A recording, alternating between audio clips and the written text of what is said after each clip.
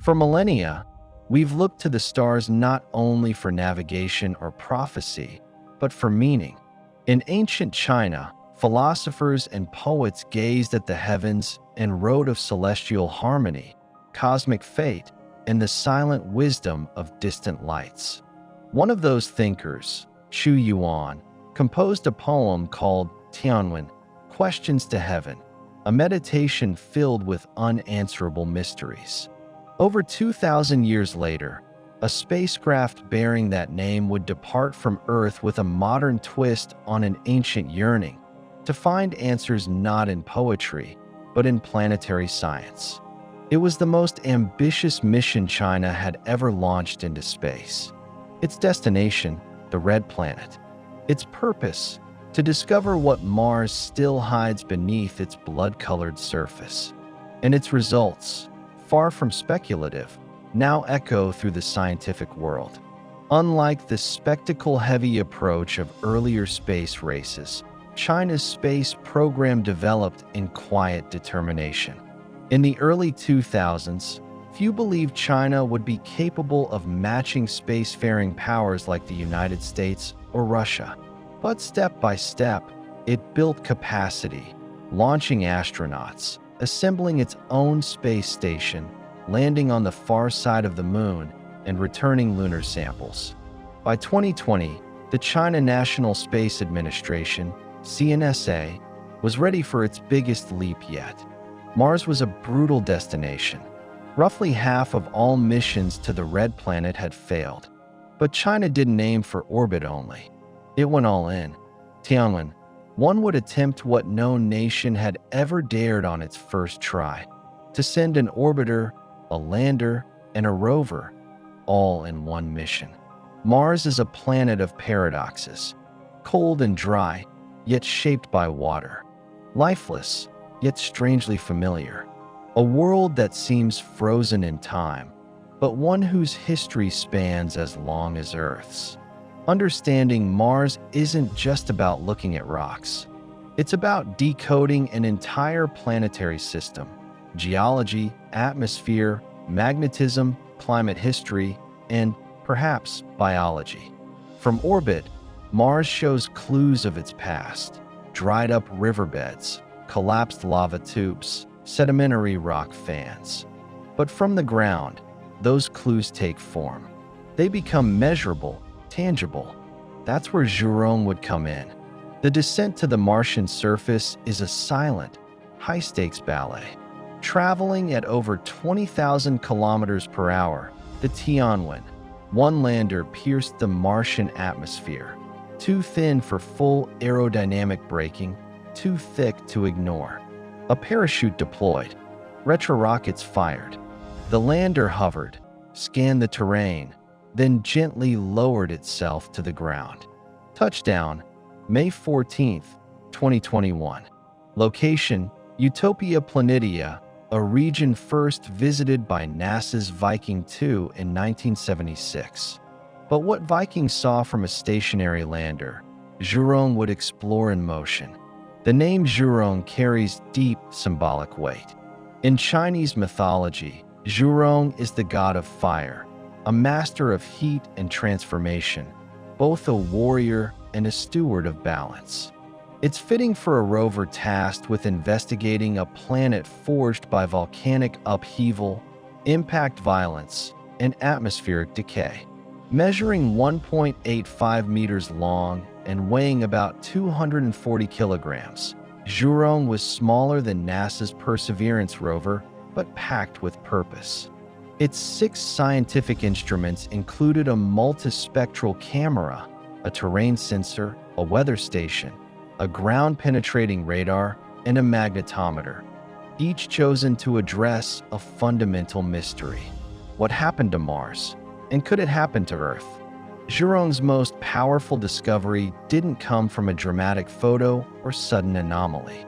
It came quietly, steadily, from the ground beneath its wheels. Using its twin-frequency radar system, Zhurong scanned the first 10 meters of Martian subsurface. The radar revealed layered strata, alternating bands of loose soil and compacted material.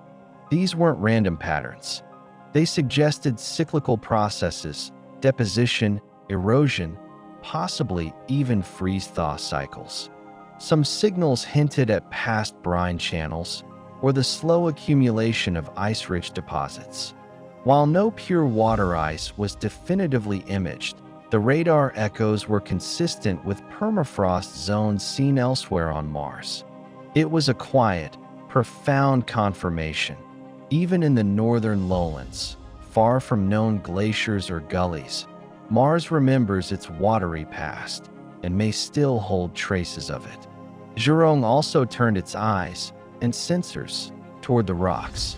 Some were weathered into strange ridges, some coated with surface salts, others fractured into polygonal patterns reminiscent of Earth's permafrost regions.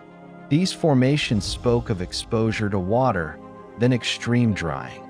The presence of duricrusts, hardened soil layers formed through evaporation, was especially significant.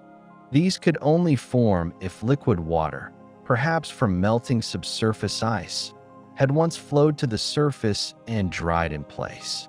Mars may not have been uniformly wet, but it may have experienced localized habitability, places where ancient groundwater burst through the soil and carved out temporary oases.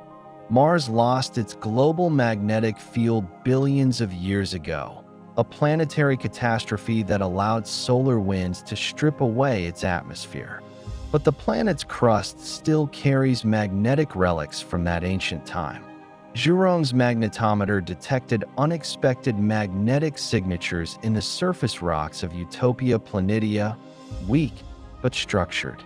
These remnants suggest that Mars's early crust formed under the influence of a functioning magnetic dynamo. This shifts timelines. It suggests that Mars may have lost its shield later than previously believed, extending the possible window for early life to develop. And with that possibility comes another. If life had the time, did it take the chance? Zhurong also watched the wind.